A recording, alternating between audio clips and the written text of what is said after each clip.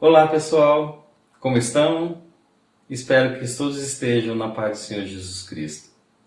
Meu nome é Messias Moreira e eu sou do canal Sempre. Como vocês já devem ter percebido, o Centro Espírita Mensageiros da Paz vem buscando fazer esse contato via as mídias sociais para trazer as informações necessárias para consolar os nossos corações. E esse mês especial estamos falando de Jesus e diversos outros temas, todos com o objetivo de nos trazer esclarecimento e conforto espiritual. Hoje nós iremos falar sobre Jesus e os desafios da existência. Mas, antes de começarmos a falar sobre o tema, vamos mentalizar o Mestre Jesus, os mentores espirituais, para que nos ajude a entender um pouco mais sobre esse tema. Levemos nossos pensamentos. Mestre Jesus, irmão querido, gostaríamos de, antes de mais nada, Senhor, agradecer a oportunidade de estarmos encarnados. Mestre amigo, nos dê a sabedoria para que possamos, em contato com as Tuas palavras e os Teus ensinamentos, trazido pela essa doutrina bendita, nós possamos nos esclarecer, nos consolar e saber, Senhor, enfrentar os desafios da nossa vida, da nossa existência atual. Mas antes de qualquer coisa, Senhor, seja feita a vossa vontade, hoje e sempre, que assim seja. Jesus e os desafios da existência. Esse foi o tema que foi trazido para nós podermos estudarmos juntos. Quando pensamos na existência atual e recordamos de tudo que foi vivido até o presente, seguramente podemos dizer: o ato de viver é um desafio. Vivenciar os acontecimentos desde o ato da concepção. A gente imagina, a luta para que ocorresse a nossa concepção. E aí, passando por toda a gestação, um período difícil para as nossas mães, a fragilidade da infância, as dificuldades, as incertezas da adolescência, as decisões e as responsabilidades da vida do adulto. Tudo isso, por si só, já são desafios que colocam as nossas existências em xeque. Nos colocam em situação de ameaça, seja do estado físico de saúde, físico ou mental, do status quo social, ou até mesmo da morte física, o desencarne. Mas o tema a ser discorrido nos traz em primeiro plano Jesus. Dessa forma, a reflexão toma um sentido todo especial. Pois, como nós sabemos lá na resposta da pergunta 625 do Livro dos Espíritos, Kardec pergunta aos espíritos superiores qual o nosso guia e modelo da humanidade. E eles respondem de forma sucinta: Jesus. Pois bem, parece que fica até fácil, Pois, deveria ficar fácil. Ele, Jesus Cristo, nos deixou diversos exemplos de como proceder diante das dificuldades, dos desafios. Porém, isso não é totalmente verdade, pelo menos para a grande maioria da humanidade. Bem poucos foram aqueles que realmente conseguiu. Com as recomendações de Jesus, do mestre Galileu, vencer os desafios. Mas os poucos que venceram os desafios eram inclusive pessoas como nós, que podemos citar como exemplo, tinham uma realidade mais ou menos parecida com a nossa, pelo menos no início das suas existências. Podemos então citar como exemplo Francisco de Assis, que teve na sua última existência uma juventude extremamente atribulada de vícios, paixões terrenas que realmente invadiam a sua vida no dia a dia. Mas, na busca por Jesus, ele conseguiu mudar totalmente o restante da sua trajetória terrena. E muito ascendeu na evolução espiritual que tanto almejamos. Da mesma forma, Agostinho de Hipona, o Santo Agostinho, ou o filósofo Agostinho, para que muitos conhecem, Da mesma forma que o Francisco de Assis, o São Francisco, que nós conhecemos na Igreja Católica, teve um início cheio de desafios ligados aos vícios terrenos. Todavia, ele buscou fazer a sua reforma íntima. Quem não conhece, aqueles que já estudaram o Evangelho segundo o Espiritismo, o Livro dos Espíritos, as dicas de Santo Agostinho, de fazer com que a gente, todo final de noite, imaginemos o que fizemos na nossa vida, fizesse esse recordatório para sabermos o que acertamos e o que erramos. Era a dica da reforma íntima que ele deu. E ao ponto mesmo de ele se tornar um espírito colaborador das obras espíritas. O Pentateuco, isso, aquele codificado pelo nosso irmão Allan Kardec. Mas ainda podemos citar como exemplo de pessoas como nós que ascenderam espiritualmente, Madre Teresa de Calcutá, a Irmã Dulce da Bahia, Mahatma Gandhi, Francisco Cândido Xavier e outros abnegados irmãos de caridade que conhecemos. Mas, para falar de Jesus e o desafio existencial, vamos recordar uma história que está escrito lá no livro Boa Nova, psicografia de Francisco Cândido Xavier através do espírito Humberto de Campos, que no capítulo 24, Joana de Cusa é o título do capítulo. Entre a multidão que acompanhava Jesus, havia uma mulher com rara dedicação e de um nobre caráter. Ela era uma das damas da sociedade de Cafarnaum. Tratava-se de Joana. Joana, esposa de Cusa, um intendente, um administrador do governo do Herodes, o Antipas, o tetrarca, governador da região. Era uma cidade que se conjugava entre os interesses dos comerciantes e pescadores. Mas Joana era uma mulher de uma fé imensa que não conseguiu forrar-se de amarguras domésticas, porque seu companheiro, o Cusa, não aceitava as claridades do Evangelho de Jesus. Considerando seus dissabores íntimos, essa nobre dama veio buscar o Messias, Jesus, que em uma determinada ocasião dessa estava repousando na casa de Simão Pedro. E chegando lá, expôs todos os padecimentos ao Mestre Jesus, falando que o seu esposo não tolerava a doutrina do Evangelho. O marido repartia as suas preferências religiosas, ora com o interesse da comunidade judaica, ora com os deuses romanos, que lhe permitia viver numa tranquilidade fácil e rendosa. Joana confessou ao mestre que os seus temores, suas lutas, seus desgostos no ambiente doméstico eram imensas amarguras, em face de que as divergências religiosas entre ela e seu esposo eram muito grandes. Jesus, após ouvir as exposições de Joana, falou: Joana, só há um Deus, que é o nosso Pai. E só existe uma única fé para as nossas relações com o amor. Certas manifestações religiosas do mundo, muitas das vezes não passam de vícios populares, de hábitos exteriores. Todos os templos da terra são de pedra. Eu venho, Joana, em nome de Deus, abrir o templo da fé viva no coração dos homens. Agradece ao Pai, Joana, por haver te conjugado o trabalho do lado do teu esposo.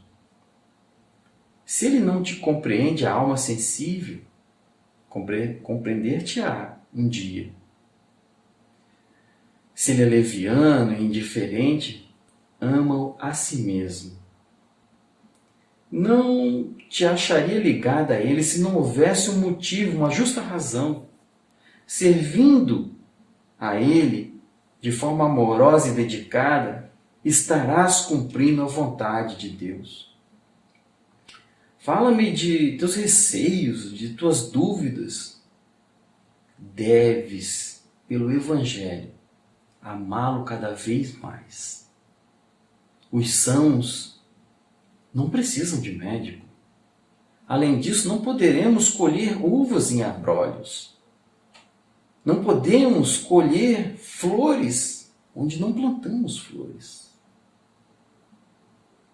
Mas o solo pode ser trabalhado a fim de que, cultivando nele a videira maravilhosa, podemos colher amor e vida. Joana deixa entrever um brilho suave nos seus olhos.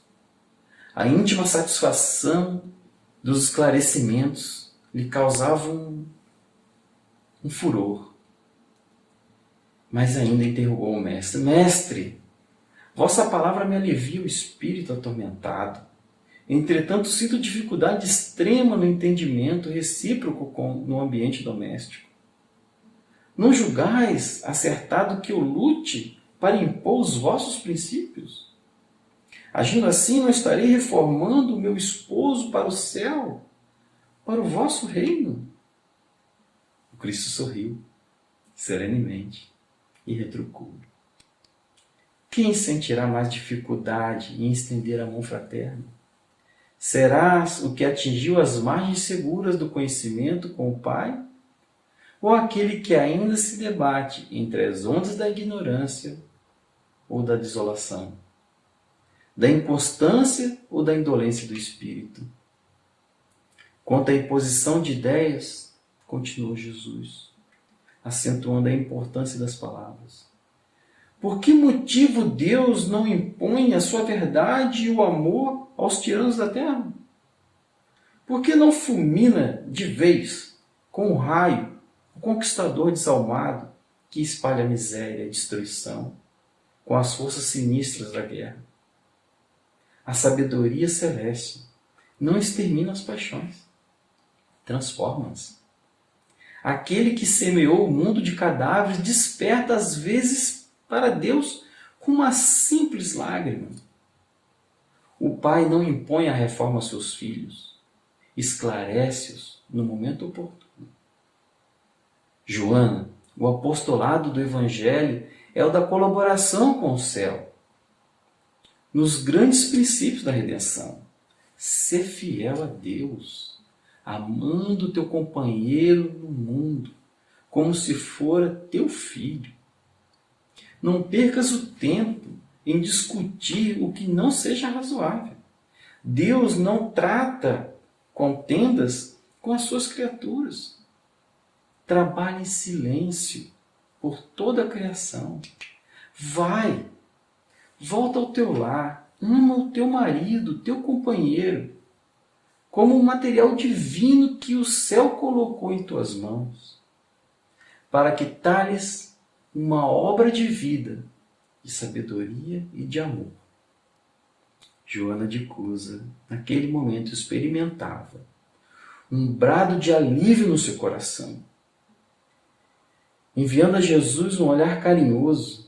De agradecimento, ela ainda ouviu as vozes do Mestre dizendo: vai, filha, sê fiel. Desde esse dia memorável para a sua existência, a mulher de Cusa experimentou na alma a claridade constante de uma resignação sempre pronta para o trabalho, sempre ativa para a compreensão de Deus. Como o ensinamento do Mestre tivesse agora gravado indelevelmente na sua alma, considerou que antes de ser esposa na terra, já era filha daquele Pai celeste, que lhe conhecia a generosidade e os sacrifícios. Mais tarde, o céu lhe enviou um filhinho, que veio duplicar os seus trabalhos, porém, sem esquecer das recomendações de fidelidade que Jesus lhe havia feito, transformou as suas dores num hino de triunfo silencioso em cada dia. Os anos se passaram, os esforços continuavam perseverantes, multiplicou-se então os bens da fé. na marcha laboriosa do conhecimento da vida. As perseguições políticas se desabaram sobre o seu marido. Joana, contudo, se mantinha firme.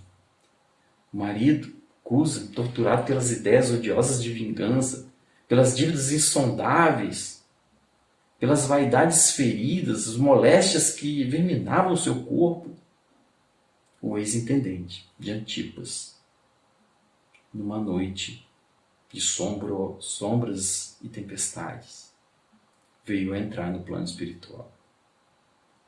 Sua esposa, todavia, suportou os dissabores mais amargos. Fiel aos seus ideais divinos, eficaz na confiança sincera, premida por necessidades, buscou o trabalho. A dama de Cafarnaum buscou o trabalho. As suas amigas lhe aconselhavam: mas você, uma dama da alta sociedade, se expondo desse jeito em busca de trabalho. E ela firmemente disse: Jesus igualmente trabalhou, enchendo as suas mãos de calos na carpintaria modesta. Submeteu-se a todas as situações de subalternidade no mundo. E eu, a partir de agora, sou uma escrava devotada do Cristo. Cheia de alegria sincera, a viúva de Cusa esqueceu o conforto da nobreza material. Dedicou-se ao filho e aos filhos das outras mães. Ocupou-se com os mais subalternos afazeres domésticos, para que o seu filhinho tivesse o pão. Ali pelo ano 68 d.C., quando as perseguições contra o cristianismo se tornaram mais intensas, vamos encontrar Joana de Cusa amarrada a um poste do martírio. Ao lado, um jovem moço. Era seu filho. Ante o vozerio, onde ordenava flagelações contra ela e dizia: abjura! Exclamava o executor das ordens imperiais, de olhar cruel e sombrio. A antiga discípula do Senhor contemplava o céu, sem nenhuma palavra, sem queixas. Então o açoite vibra no corpo do rapaz e as lágrimas caem. Ele olha e diz: repudia Jesus, minha mãe. Abjura a Jesus, minha mãe. É por mim, o seu filho, que pede. Pela primeira vez, os olhos da Marte correm fonte abundante de lágrimas. As rogativas do seu filho lhe ferem como espada. Uma angústia retalha seu coração. E ela escuta: abjura! Abjura, mãe! Joana ouve os gritos, recordando a existência inteira. Lembra do seu lar risonho e festivo, as horas de venturas, os desgostos domésticos, as emoções maternais, o fracasso do esposo, a desesperação e a sua morte, a viuvez, a desolação e as necessidades mais duras. Em seguida, ante os apelos desesperados do filho, ela recorda de Maria, que teve o seu filho pendurado no madeiro, sofrendo todas as dores da crucificação e todas as infâmias possíveis. E ela, Maria, soube se conformar diante daquele martírio. Acima de todas as recordações, com uma alegria suprema de vida, percebeu-lhe ouvir ainda a voz do mestre na casa de Pedro, dizendo: vai, filha, seja fiel. Então, possuído de uma força sobre-humana, a viúva de Cusa contemplou a primeira vítima ensanguentada e, fixando o jovem um olhar profundo e inexprimível, a sua dor e a sua ternura se misturam e firmemente ela diz: cala-te, filho. Jesus era puro e não desdenhou o sacrifício. Saibamos sofrer na hora dolorosa, porque acima de todas as felicidades transitórias do mundo, é preciso ser fiel a Deus. A esse tempo, com os aplausos delirantes dos povos, o verdugo lhe incendiava-lhe o corpo e as labaredas lhe tomavam o corpo envelhecido. Joana de Ângeles contemplou com serenidade aquela massa que estava à sua volta, que não lhe entendia o sacrifício. Os gemidos de dor lhe corriam e abafavam o seu peito oprimido. Os algozes da Marte cercaram-lhe de impropérios na fogueira. O teu Cristo só soube te ensinar a morrer? Perguntou um dos verdugos. A velha discípula, concentrando a sua capacidade de resistência, teve ainda forças para murmurar: não apenas a morrer, mas também a te amar. Nesse instante, sentiu que uma mão consoladora lhe tocava o ombro e escutou a voz carinhosa e inesquecível do Mestre. Tende bom ânimo, Joana, aqui estou. Era a entrada de Joana ao plano espiritual. Nessa história, fica muito claro a posição de Jesus diante dos desafios da existência. A orientação de Jesus é que diante dos desafios da vida, nós devemos agir com amor, porque quem ama esquece de si mesmo e procura o bem do próximo. Quem ama supera todas as dores pensando no próximo. Ser fiel, Jesus disse para Joana. A nossa fidelidade para com Deus é a mesma que o Pai tem para conosco, infinitamente, nos dando diversas oportunidades de reencarnar, de refazer a história. É essa mesma fidelidade que Jesus orienta. E ele diz para ela que tudo tinha uma razão, inclusive de ela estar junto àquele marido que ela reclamava. Ela tinha um motivo, uma razão justa para estar ali, porque nada é por acaso. A existência, Jesus deixou claro para todos nós, é apenas uma diante da eternidade. E todo o esforço que ela fez, ou que nós podemos fazer, será recompensado na verdadeira vida, a vida espiritual. E a mesma Joana de Cusa, em outra encarnação, ela passa a se chamar Joana de Ângeles, para quem não conhece a história. Joana de Ângeles é mentora espiritual do nosso irmão Divaldo Franco, que nos presenteou com esse livro, Jesus e a Atualidade. No capítulo 1 desse livro, fala sobre Jesus e os desafios. E Joana fala assim, permita-me ler. O processo de evolução constitui para o espírito um grande desafio. Acostumado às vibrações mais fortes no campo do sentido físico, somente quando a dor o visita é que ele começa a aspirar por impressões mais elevadas, nas quais encontra lenitivo, anelando por conquistas mais importantes, vivendo em luta constante contra os fatores constringentes do estágio em que se demora, vez por outro experimenta a paz, que passa a querer de forma duradoura. No começo, são as dores com intervalos de bem-estar que o assinalam, até conseguir a tranquilidade com breves presenças de sofrimento, culminando em plenitude, sem aflição. Degrau a degrau, ascende, caindo para levantar-se, atraído pelo sublime tropismo do amor.